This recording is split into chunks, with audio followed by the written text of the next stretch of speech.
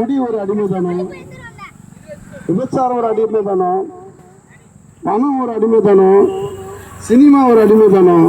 இப்பேற்பட்ட அடிமைதானத்துல இருந்து யார் என்ன மீட்பா, யார் என்ன விடுவிக்க முடியும் அப்படின்னு சொல்லி நீங்க யோசித்தது உண்டானா? மனிதர்கள் உங்களை குடிக்கிறதுக்கு அநேக பணம் செலவு பண்ணுவாங்க.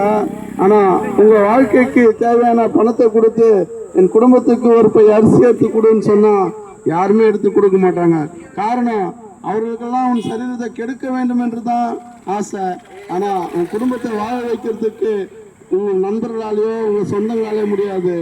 அப்பேற்பட்ட இந்த குடியை விட உங்களுக்கு ஒரு வேலை மனசு இல்லாம இருக்கலாம். இந்த ஆண்டுதான் இயேசு கிறிஸ்துவை கேட்டு பாருங்க. இந்த அடிமைத்தன வாழ்க்கையிலிருந்து என்னை விடுவிக்க என்னால முடியல அப்படின்னு சொல்லி நீங்க விரும்புவீங்களானா இன்றைக்கு இந்த அடிமைத்தனம் என்ற குடியில விடுவிக்க ஆண்டவராய் இயேசு கிறிஸ்துவால முடியுங்க. அவரால் வரவங்களை ஒரு நாளும் ஒரு புறம்பே தள்ளினதில்லைங்க. வருத்தப்பட்டு பாரம் சுமக்கிறவர்களே, நீங்கள் எல்லோரும் என்னிடத்தில் வாருங்கள், நான் உங்களுக்கு இளைப்பாறு தருவேன் ஆண்டவராய் இயேசு கிறிஸ்து சொல்றாருங்க. இந்த உலகத்துல வாழ்றதுக்கு ஒரு விதமான கோட்பாடோட வாழ்ந்து கொண்டு இருக்கிறோம். ஒரு விதமான வழிகள் நமக்கு தெரியும். அந்த வழி எப்படின்னா, வேலைக்கு போகணும், பிள்ளைகளை காப்பாற்றணும், வீடு கட்டணும், பிள்ளைகளை படிக்க வைக்கணும், மனைவிக்கு உண்மையா இருக்கணும், ஆண்டவர் அதாவது உங்க குடும்ப விரும்புகிற வாழ்க்கை வாங்கணும்னு சொல்லி நமக்கு ஒரு கோட்பாடோட வாழ்ந்து கொண்டு இருக்கோம். அதே போலதாங்க ஆண்டவராய் இயேசு கிறிஸ்து கிட்ட வரும்போது அதுல ஒரு கோட்பாடு இருக்கு. பரிசுத்தம் வாங்கணும், பாவம் செய்யாம வாங்கணும், சரீரத்துல எந்த விதமான பாவமும் செய்யக்கூடாது, உங்களுடைய சரீரமே என்னுடைய ஆலயம்னு சொல்லி வேதவாசனை சொல்லுதுங்க. அப்பேற்பட்ட ஆலயத்தை நாம் கெடுக்கும் போது என்னுடைய சரீரத்திலையும் ஆண்டவராய் இயேசு கிறிஸ்து வந்து தங்க மாட்டாங்க.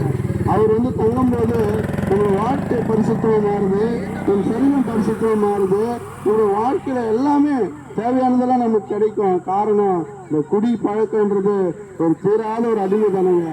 இந்த குடியினால உன் குடும்பத்துல சமாதானம் இல்லை, இந்த குடியினால உன் குடும்பத்துல நிம்மதி இல்லை, இந்த குடியினால உங்கள் வாழ்க்கையில எல்லா விதமான கஷ்டத்திலையும் அகப்பட்டு வாழ்ந்து கொண்டு இருக்கிறோம். அப்ப இந்த குடி வாழ்க்கையில எவ்வளவு பெரிய ஒரு ரோல் பண்ணுது பாருங்களேன்.